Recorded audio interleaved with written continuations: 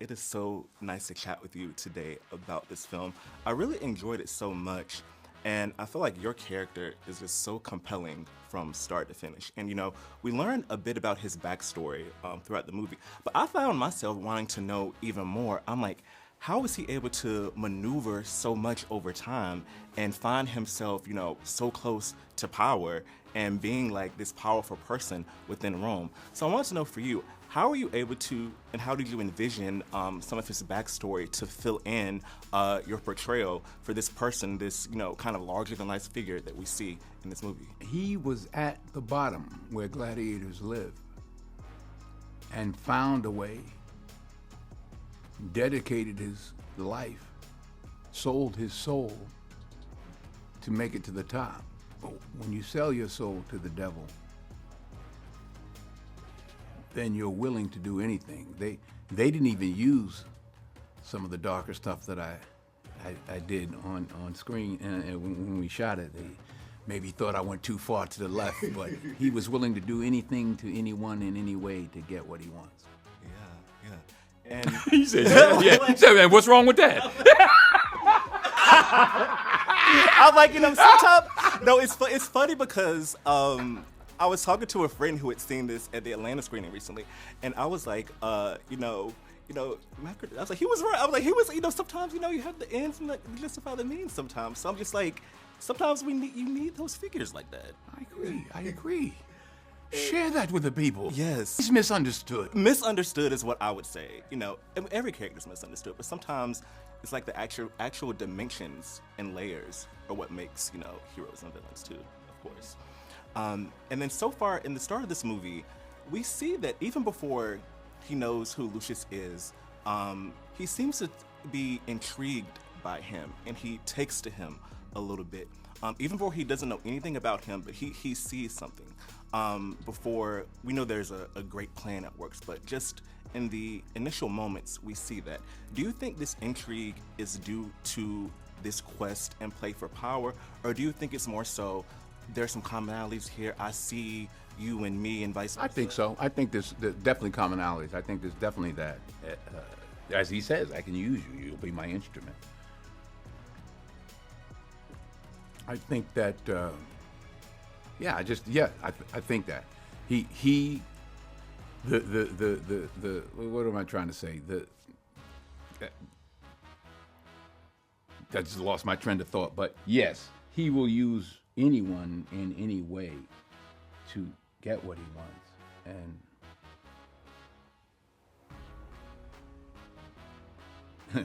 and he'll do, like I said, do anything to anyone to get what he wants.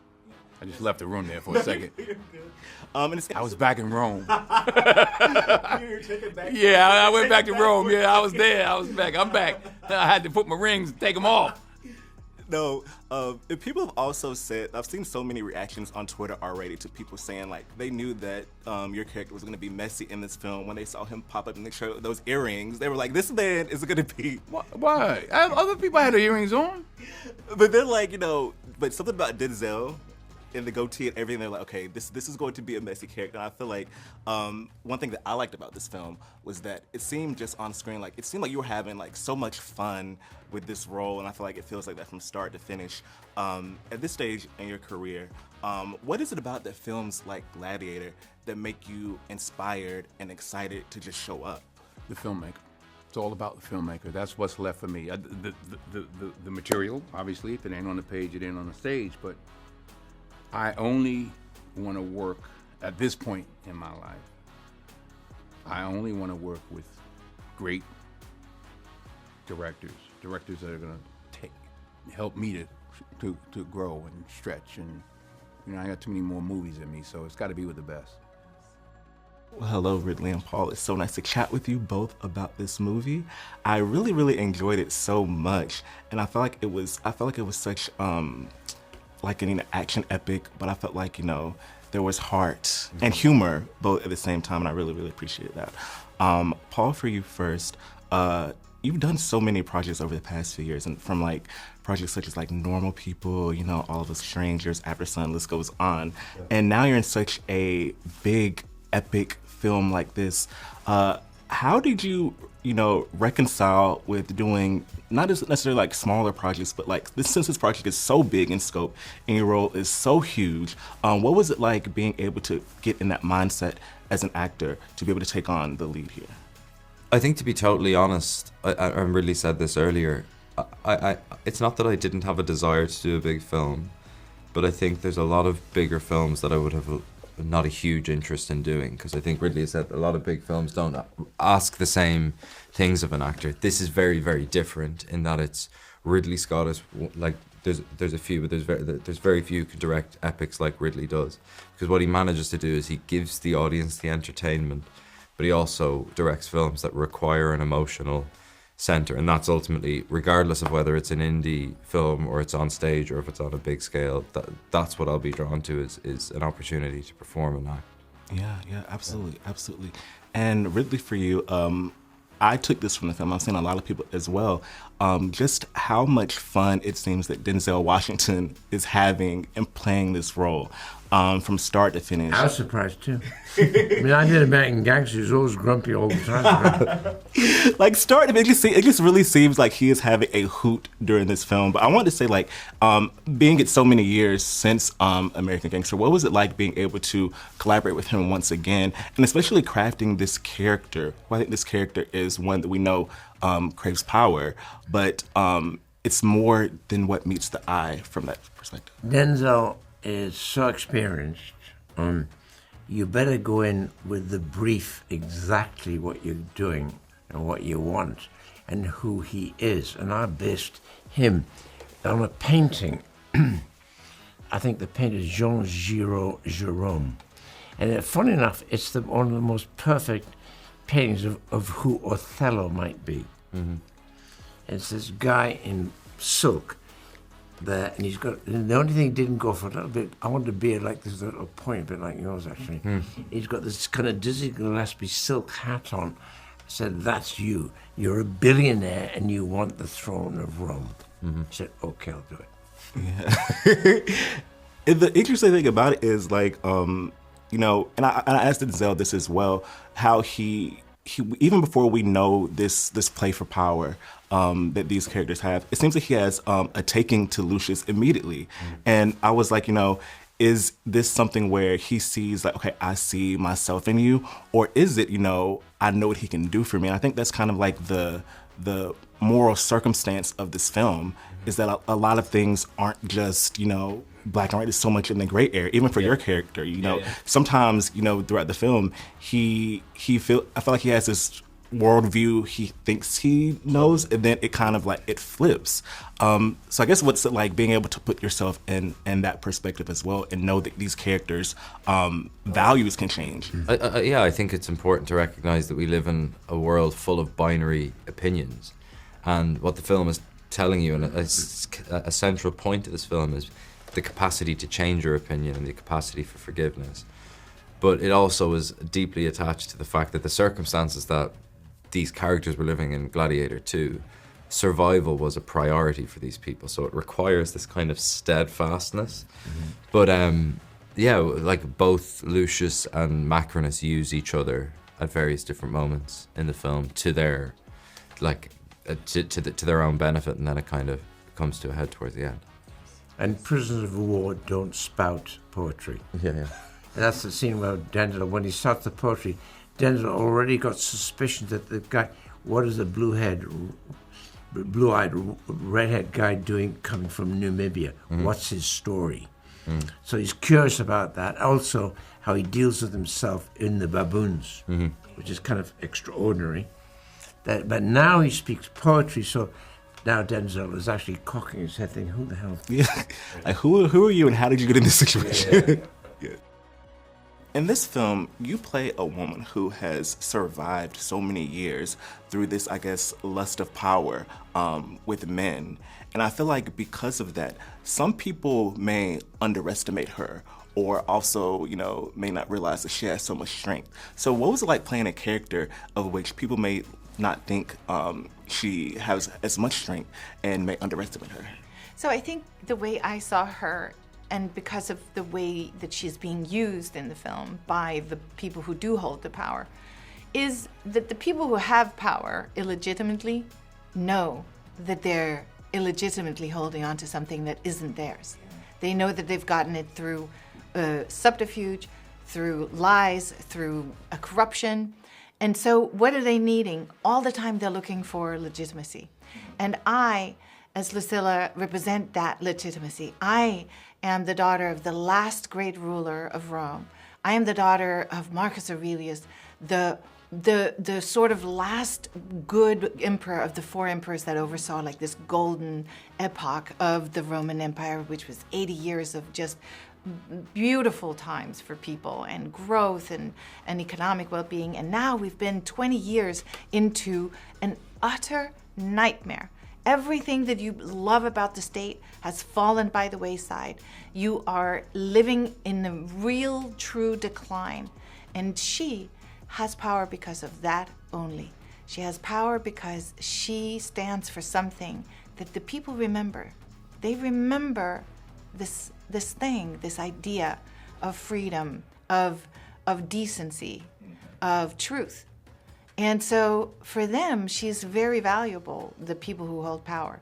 They wouldn't, of course, hesitate to kill her the moment she would refuse to step up. So that's why she has to step up and sort of provide cover for people that she knows should not have this cover.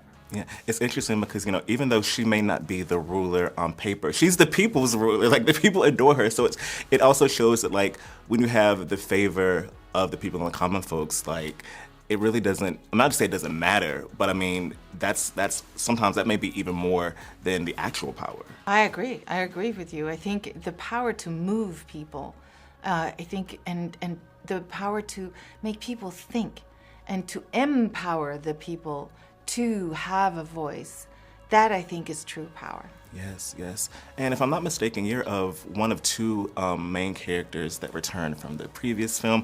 What was it like all these years, kind of stepping back into it and pretty much really not missing a beat, and how this film, I feel like, can be just as impactful as the first one? I just think that they have built this powerful story. So had they built a less powerful story, it would have probably been a different experience, no matter how gorgeous the arena, no matter how amazing Ridley. But Ridley has built an incredible story, and it was just a sheer sort of gift to step into it, and I loved every second of it. I love this film so much, and I think that you might have a position where people may think is difficult, because I think that you're playing a character who may come across as comical. And let's not, also inherently the emperors are very campy characters regardless, just by nature of these roles. But it's kind of, I wonder how you can walk that line between playing a character that may come across as that, but also communicating the seriousness of what this rule has done to Rome at the same time. I think always the job is to find the complexity. Every single person I know is capable of everything. They're really funny and they're really serious, and I think comedy and tragedy mix all the time in life. Some of my toughest moments have been times where I've also laughed at a lot of stuff, and some of the happiest times have also had sadness traveling through. So I think that varied thing is important for any character. I will say, to the second part of your question, there's an insularity to these rulers that makes, I think, a lot of their cruelty even more damaging to Rome at the time. I don't know how aware they are, of what's outside of them. I think they're sort of living for each other, that approval, that competition, that kind of memory of their father. I think there's a lot of very insular and familial forces that are affecting what they do, and that has a very adverse effect because you have so many people that have very basic needs that are not being met by Rome at the time. Yeah. And they're not even, it's not even on their mind. And we see that in the film. We see that, there's kind of their perception of what's going on, and then there's the reality of what's going on. And, that's definitely not clear to them a good part of this movie. And it's interesting to see what happens when that that facade does kind of break a little bit, and they kind of see what actually is happening to everyone, how they are perceived as well. Yeah, that was always interesting when you think someone is what's that thing they say? Broken clock is right twice a day. that even sometimes when you think someone's in their own world, there'll be these brief moments of lucidity or proper pitch of some kind, and anyways, it's rough out there in Rome, at this time. I think you think things are bad in the first one. You think the empire is falling 20-something years ago, and then you look at Gladiator 2 and you're like, just wait. Man, it got worse. It got a lot worse. It's really rough now. And lastly, I remember first seeing you in 8th grade, and then Fear Street, and then now you're in this movie, and I also got a chance to see Nickel Boys the other day too, which also is an amazing film. What does it feel like to have seen in just a few years how much you can do with your craft, and and be in these where this epic project like this, or a smaller but powerful film like Nickel Boys? What does that mean to you? It's a complete testament to the artists I've gotten to work with. Just the beautiful actors, directors, designers, camera operators, all of these crew members that have made such vastly different movies through all of their work. So I just feel so enormously grateful, honestly, because you realize every collection of people is so different artistically, and you're trying to find the thing that exists between all of you.